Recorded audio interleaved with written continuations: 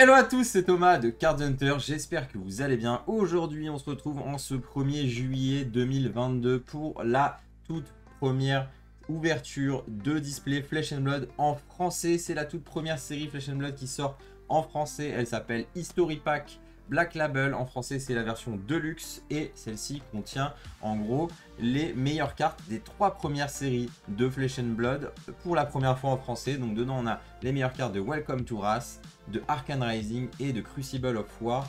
Et on retrouve des exclusivités également dans ce display. Il y a des versions alternatives de héros, j'en ai toujours pas vu pour l'instant, qui sont dans ces boosters potentiellement. Et en plus de ça, on a une chance d'avoir des Fables. Les Fables, c'est les cartes les plus rares de Flesh and Blood. Il y en a une tous les 40 displays environ. Et on va essayer d'avoir une Fable dans ce display ou alors des légendaires. Les légendaires, c'est l'autre rareté supérieure, on va dire. Il y en a une légendaire tous les 3-4 booster box environ.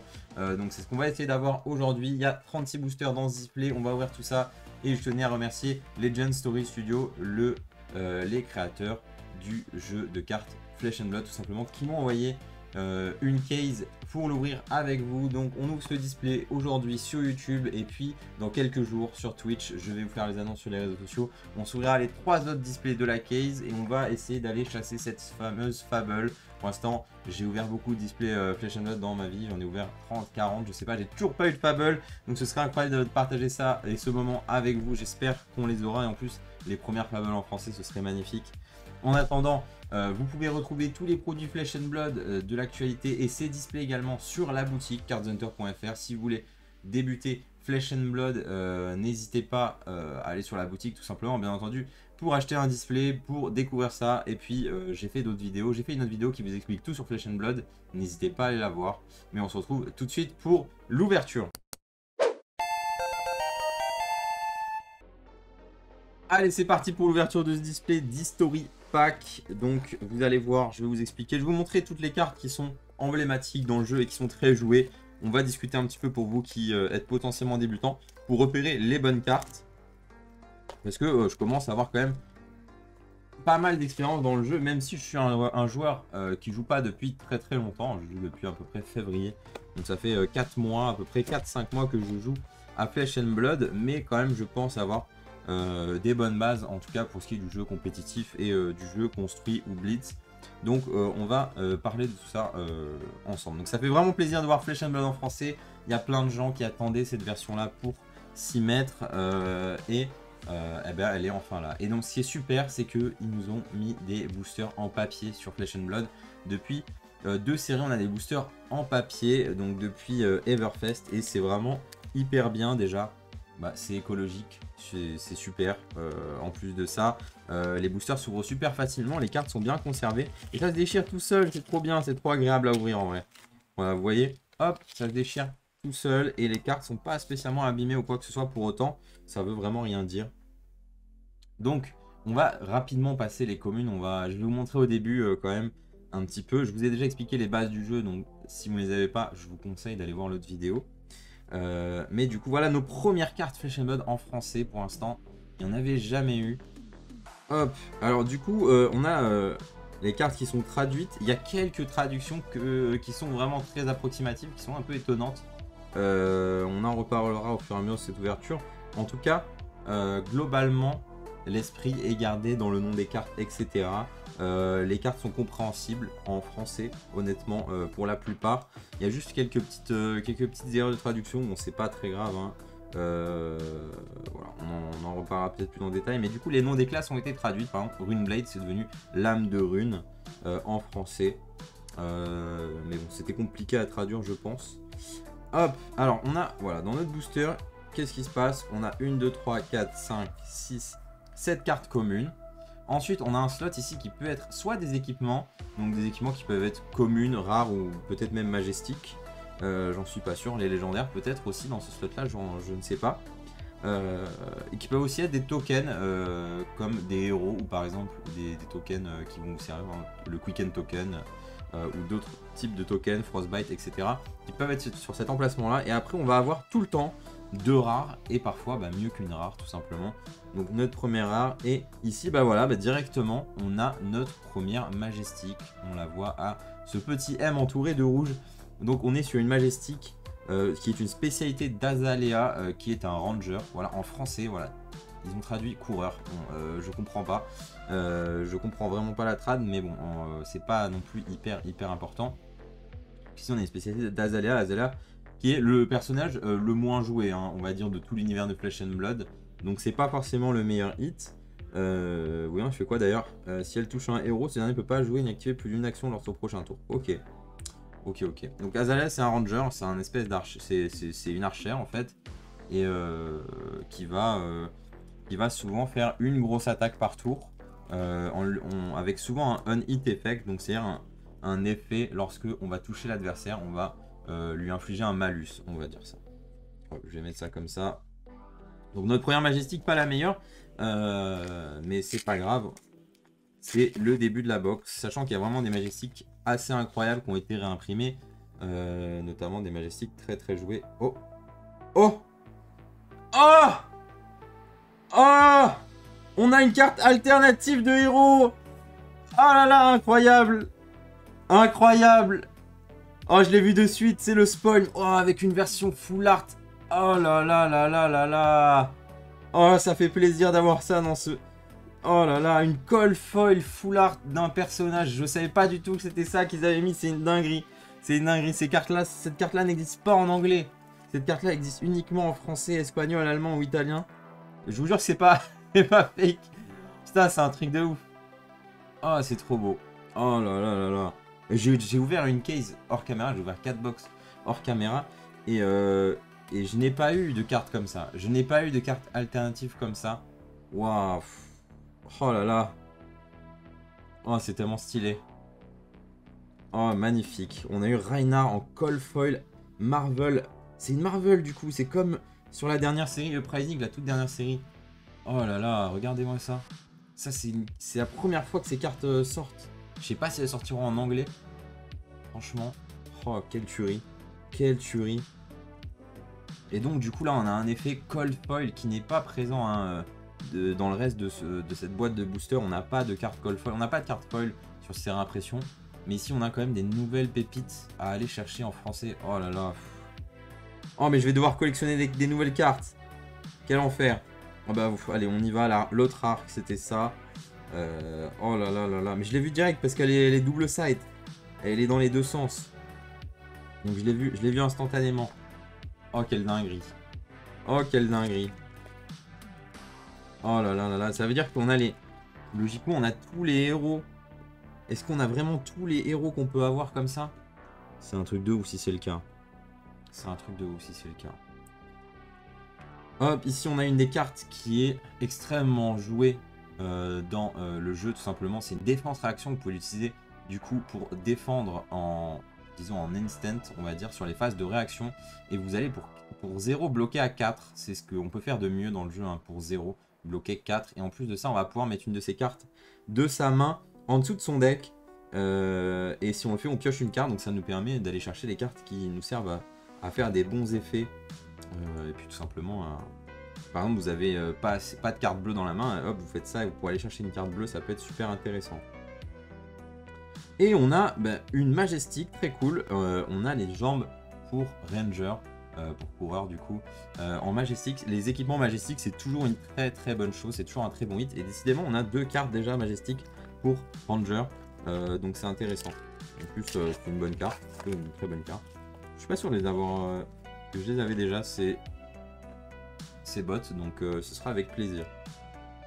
Oh non, mais je suis choqué là du Reinhardt, du Reinhardt cold foil là. Oh là là. Et le cold foil, il faut le voir en main, mais c'est vraiment magnifique. C'est une brillance, vous voyez, qui est uniquement... là, vous voyez, il y a juste ces pièces d'armure qui sont brillantes, plus tous les contours, c'est magnifique. Hop.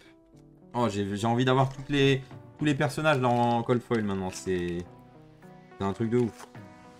C'est un truc de ouf. Et les personnages existaient déjà en cold foil, mais ils sont super rares sur là parce que c'est les toutes premières promos qui sont sorties en gros. Et du coup elles valent assez cher. Je passe rapidement sur les communes, je vais pas vous détailler 100% des cartes. Je vais m'attarder sur des cartes qui sont très jouées. Ok. Donc là, assez surprenant, mais vous voyez, on a un héros, je vous dis, de temps en temps, on a des héros ou des tokens au niveau de du slot avant les rares. Et ils ont traduit Kano, qui s'écrit avec un K, normalement ils ont mis un C, je comprends pas trop pourquoi. Mais bon, c'est de l'ordre du détail. Dans nos cœurs, ça reste toujours Kano avec un K. C'est pas très grave. Et du coup, est-ce qu'on peut avoir Kano double-sided ou c'est uniquement les 4 premiers héros de Welcome to Wrath, je me demande. En tout cas, c'est une dinguerie. C'est une dinguerie. Allez, on continue tranquillement. On a beaucoup de boosters, hein. Je ne peux pas m'attarder sur toutes les cartes non plus. Petite lame de nébuleuse. Hop. Alors ça, c'est une des cartes aussi emblématiques du jeu qui est très jouée en rouge. On la joue surtout en rouge. C'est Snatch en anglais, vol à l'arraché. Donc c'est une carte qui, pour 0, attaque pour 4 quand elle est rouge. Et si on touche, on pioche une carte. C'est assez simple comme ça, mais c'est vraiment très fort. Hop. Donc ça fait plaisir. Il y a vraiment les meilleures cartes qui ont été réimprimées dans les premières séries. Bon, on espère avoir une faible, hein, bien sûr, mais il y a des très bonnes cartes, notamment des cartes qui demandaient vraiment la réimpression, comme Commandant Conquer, ou alors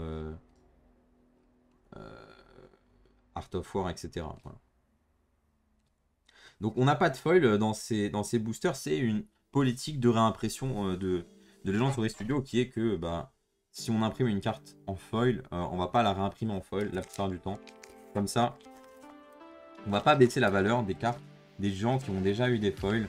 Et puis franchement, déjà, nous, on a la chance d'avoir un bord noir, hein, parce que les réimpressions en anglais, c'était du bord blanc. Et le bord noir ici, sur cette série, c'est uniquement sur la première impression.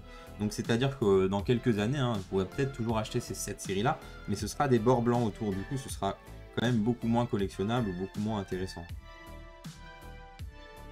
Ça serait vraiment incroyable qu'on ait une faible, hein, mais bon.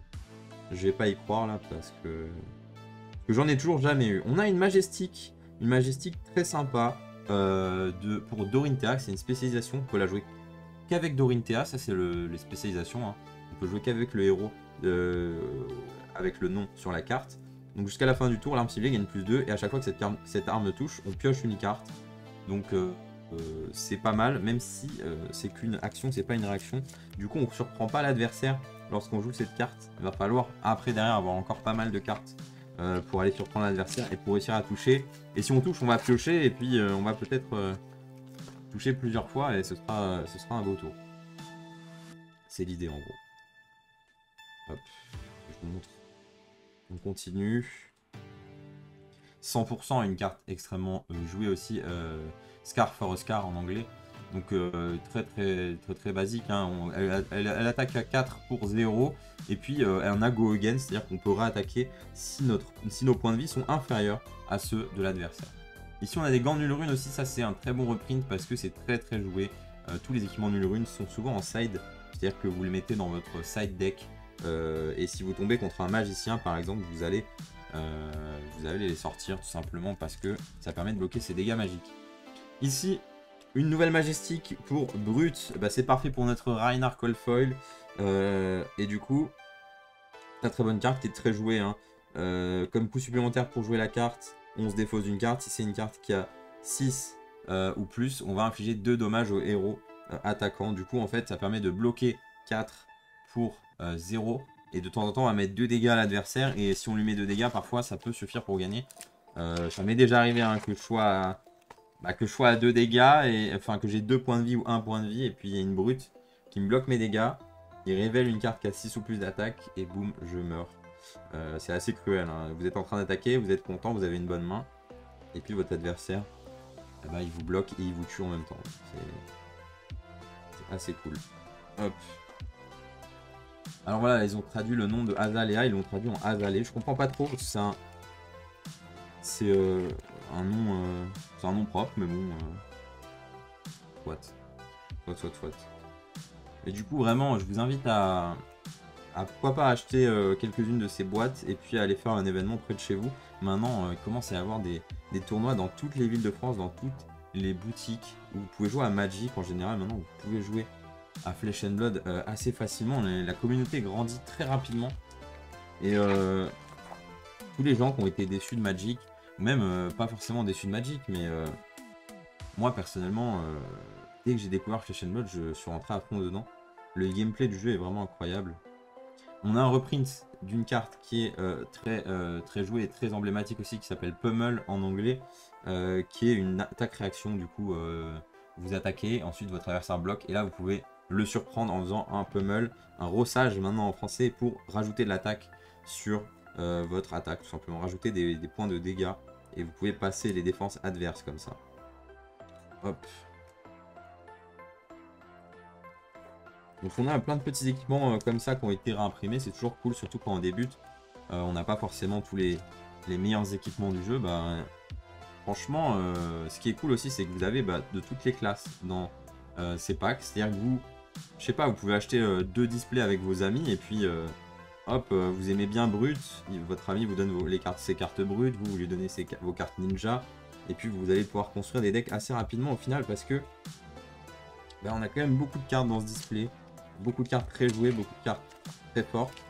Et vous allez pouvoir même monter, pourquoi pas, un petit deck de chaque classe en quelques displays. Très bonne carte ici aussi qui est réimprimée.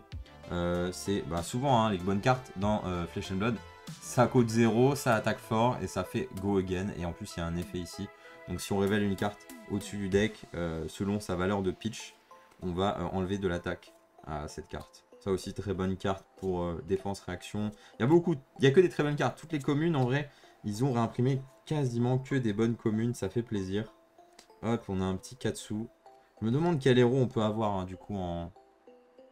Oh, nouvelle Majestic. Encore une Majestic pour Ranger, décidément. Décidément. Faites le mort. On peut la faire que si votre héros a subi des dégâts. Et la prochaine fois que votre héros subit un dommage, empêchez-le. On peut prévenir des dégâts. Avec cette carte. C'est pas très joué honnêtement. Pas la meilleure carte. Pour l'instant les Majestiques, c'est pas fou. C'est pas fou, mais on a le Reinhardt là, quoi qu'il arrive, je pense qu'on est bien. On a un Razor Reflex ici, aussi une carte extrêmement jouée. C'est comme Pummel que je vous ai montré, Rossage, mais pour les épées et les dagues. En gros, ça va rajouter des dégâts et puis ça va faire des petits effets sympas. Selon si vous jouez une attaque-action ou pas. Ok. On continue tranquillement. Hop. Et du coup, le Pro Tour Lille qui a lieu bientôt, je vous invite tous à venir. Je crois que c'est le week-end du 28 août. Il y a le Pro Tour à Lille. On a la chance d'accueillir en France le Pro Tour. C'est le 2e Pro Tour de l'histoire de Flesh and Blood. On est vraiment au tout début de Flesh and Blood, c'est ça qui est incroyable. On a déjà des événements avec plusieurs milliers de personnes, etc. Oh! Ce display est incroyable. Nous avons ici la meilleure Majestique qu'on peut avoir dans le jeu, tout simplement dans cette série. Voilà, c'est une Majestique qui demandait énormément la réimpression, parce que cette Majestique elle valait en tout cas il y a quelques mois autour des 80 €. Et c'est une carte qui est très jouée et qui était uniquement sortie dans une extension. Et maintenant, grâce à cette extension, on le retrouve en français. Commande et conquête. Donc aucune carte de réaction de défense ne peut être jouée dans le maillon de la chaîne commande et conquête.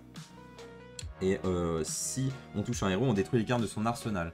Donc ça veut dire qu'en fait les gens ne peuvent pas faire de défense réaction pour bloquer. Donc ils vont souvent devoir utiliser 2 cartes de sa main ou alors une carte de leur main et des équipements pour bloquer la carte. Sinon on va détruire la carte dans l'arsenal adverse.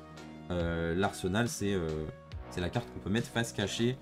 Tous les tours on peut mettre en fin de tour, si on n'en a pas, une carte face cachée. S'il nous reste une carte dans la main, on va pouvoir jouer plus tard. Donc incroyable, je suis très content. Cette boîte est extrêmement bien. Il manquerait plus qu'on ait une légendaire et puis ce serait vraiment une dinguerie cette box, ou alors une fable bien sûr, mais bon, on va pas trop en demander au dieu de la chance. On va pas trop en demander. Ok. Oh, je suis vraiment trop content pour ce Reinhardt. J'ai hâte de voir les autres et j'ai hâte de voir ce qu'on peut avoir d'autre. En plus Reinhardt qui est très joué, enfin qui est quand même relativement joué. Une carte qui est vraiment pas mal jouée, donc ça fait vraiment plaisir. Il y a plein d'autres cartes ici qui sont jouées, donc, sur lesquelles je ne m'attarde pas. On a Kodachi ici, la célèbre arme de ninja qui nous permet d'attaquer 2 fois par tour, hein, une avec chaque Kodachi. On a des rares qui sont très sympathiques, mais on va pas s'attarder dessus. Donc venez nous rejoindre au Pro Tour parce que, ok, le Pro Tour c'est pour les joueurs professionnels entre guillemets, hein, c'est pas vraiment, moi je suis qualifié, je suis pas joueur professionnel. Mais il y aura également plein d'événements. Il y aura des artistes pour signer des cartes. Il y aura le créateur du jeu James White qui sera là. Il y aura également... moi je serai là, donc vous pouvez venir me voir. Et puis il y aura des événements pour tout le monde. Il y a des side events.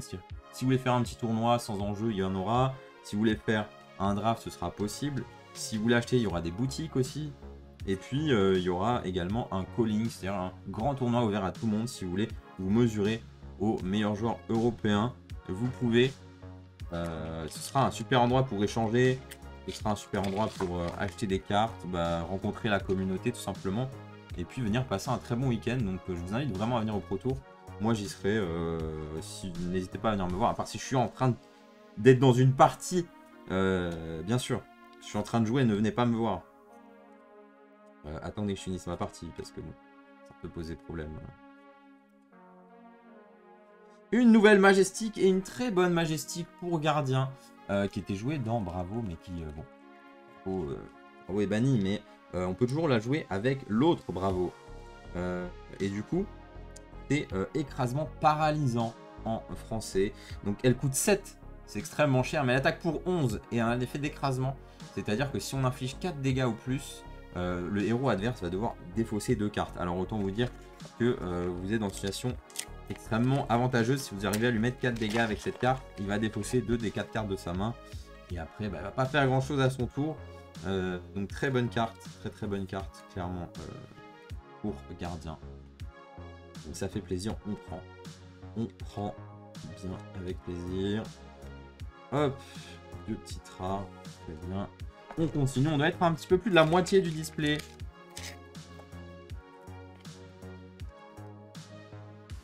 Et on continue.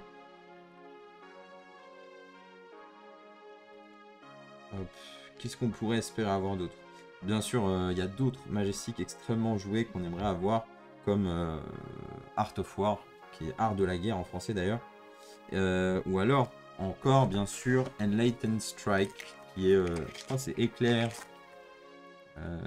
Éclair, je sais plus quoi. Je sais plus ce que c'est exactement la traduction française. Alors je tourne cette vidéo, on n'a pas trop d'infos encore, mais vu que j'ai ouvert quelques displays avant, j'ai pu me renseigner. Hop. Du coup, on va pouvoir retrouver... Oh, ça c'est une très bonne carte pour sorcier, éther flamboyant. C'est une spécialité de Kano et elle va infliger X dommages au héros ciblé. Et X, c'est le nombre de dommages d'arcane que vous avez infligé ce tour-ci. Du coup, c'est le finisher en général des decks de sorciers. Donc pareil, ils vont vous faire une suite d'enchaînement de dégâts pendant votre tour. Par exemple, boum, ils nous font 4 dégâts, puis 3 dégâts, puis 5 dégâts. Et avec ça, ils vont nous faire 15 dégâts. Il y a déjà des... C'est possible de faire 30 dégâts juste avec cette carte, par exemple. Si vous avez fait un tour qui est vraiment incroyable. Donc très bonne carte pour Wizard. En plus, je pense que je n'avais pas du tout les 3 pour jouer le deck. Donc très content. Très content. Il y a beaucoup de diversité là dans le gameplay de Flesh and Blood. Chaque classe a vraiment un gameplay spécifique et c'est ça qui est vraiment trop cool dans le jeu. Selon vos affinités avec une classe, vous allez pouvoir choisir, selon vos affinités avec le gameplay de la classe, choisir la classe qui vous intéresse, que vous avez envie de jouer. Donc c'est vraiment un des points forts du jeu, je trouve. Et puis chacun en général a son petit chouchou, son petit héros chouchou. C'est quoi d'ailleurs moi mon héros préféré? Je sais pas. Je sais pas, je crois que j'aime vraiment bien les guerriers. Parce que c'est un peu la classe pour débutants. Du coup moi j'ai commencé à jouer guerrier au tout début et j'ai bien accroché. Donc c'est un gameplay qui me correspond pas mal. On va booster les attaques un petit peu en surprise pour essayer de faire passer des... Pour essayer de faire monter la puissance de ses armes et puis après taper de plus en plus fort au fil de la partie en gros. Allez, là on a, ça fait plaisir, on a une petite rare sur le slot des équipements. Et nouvelle majestique renforcement ancestral qui est une très bonne majestique pour ninja et qui vous permet de booster une carte d'attaque action ninja de plus 1 dégâts et en plus de piocher une carte. Donc ça c'est le genre de carte qui est toujours extrêmement puissante parce qu'elle est gratuite. Vous la jouez pour 0, donc elle vous coûte rien à jouer. Et puis immédiatement elle va se recycler, on va repiocher une carte et on aura fait un effet qui peut paraître insignifiant, un dégât, mais en fait c'est vraiment très fort.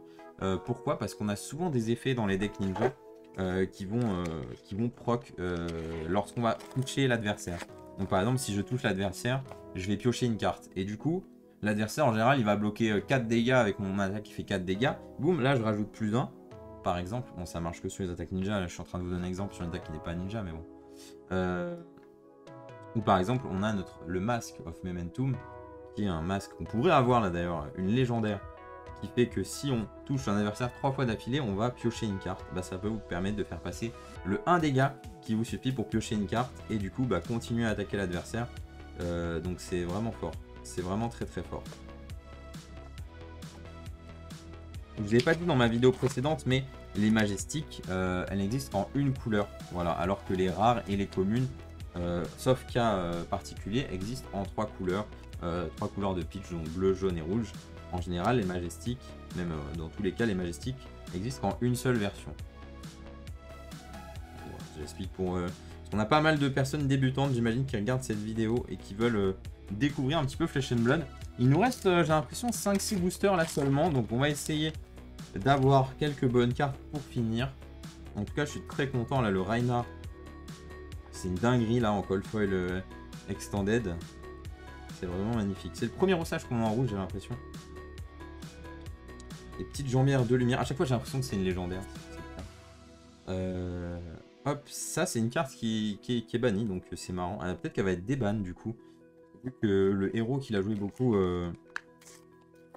qui devrait la jouer beaucoup, n'est plus jouable.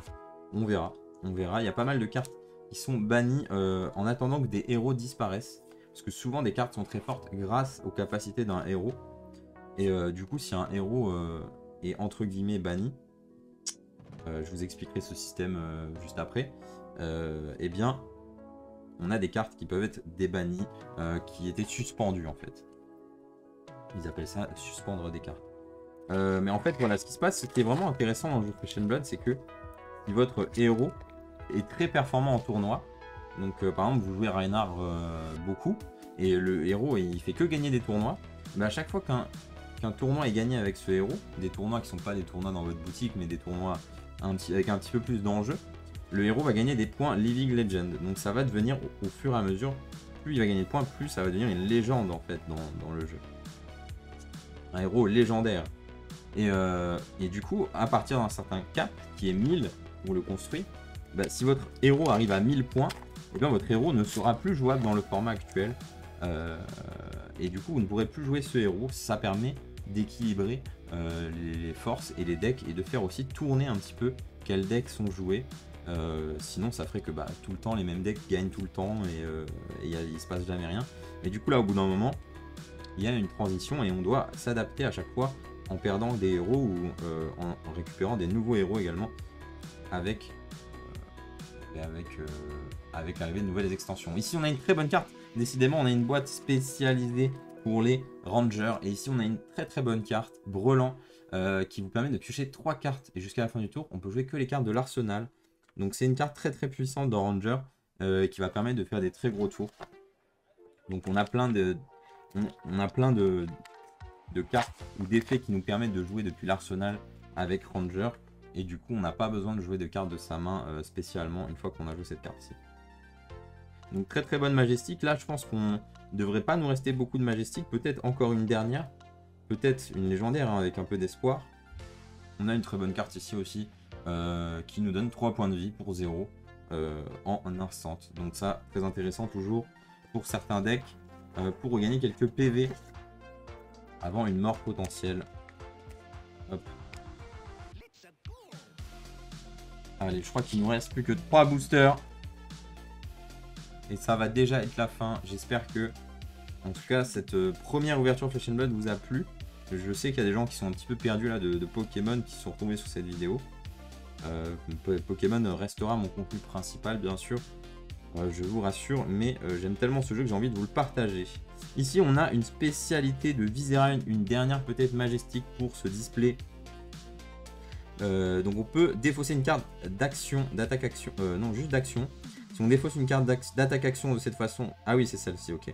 On va chercher une non-attaque dans le deck. Si on discarde une non-attaque, on peut aller chercher une carte d'attaque dans le deck. Voilà, il y a souvent cette distinction qui est faite entre les cartes d'action et les non-attaque et les cartes d'action, attaque-action, pardon. Donc les cartes d'attaque-action et les cartes de non-attaque-action. Donc c'est simple, s'il y a écrit action ici, c'est une non-attaque. Et s'il y a écrit attaque, bah, c'est une attaque. Voilà, bon, ça paraît évident, mais précisons-le pour les gens qui ont besoin de précision. Allez, il nous reste 2 boosters. On va essayer d'avoir une dernière belle carte. Sinon, en tout cas, on aura une très très belle box avec un Commandant Conquer et un Reinhard Coldfoil double sided. Là, vraiment une dinguerie. Hop, rien de spécial dans ce booster. Et dernier booster de cette box. Donc vraiment merci encore une fois à Legend Story Studio qui m'a envoyé ce display pour l'ouvrir avec vous. Il me l'a envoyé un petit peu en avant-première. Donc ça fait plaisir. Si vous voulez retrouver ces displays, n'hésitez pas à venir sur la boutique bien sûr. Allez, bah justement Reinhard ici, mais dans sa version jeune. Il y a des versions avec 20 points de vie, c'est pour jouer en blitz. C'est un format avec 40 cartes. Et les versions adultes pour jouer à 40 cartes. À 60 cartes, pardon. Et qui sont joués en construit. Et c'était notre dernier booster. Un petit titan imposant pour finir. On va se re-regarder ça une dernière fois.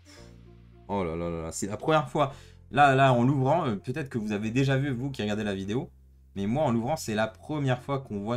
Personne n'a révélé ça sur Internet. Donc, c'est une dinguerie. C'est une dinguerie.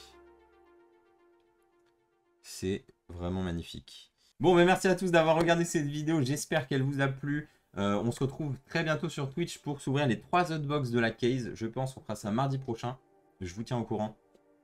En attendant, merci d'avoir regardé cette vidéo. J'espère qu'elle vous a plu. Bienvenue dans l'univers de Flesh and Blood. Je vous emmènerai bientôt sur 2 prochains tournois.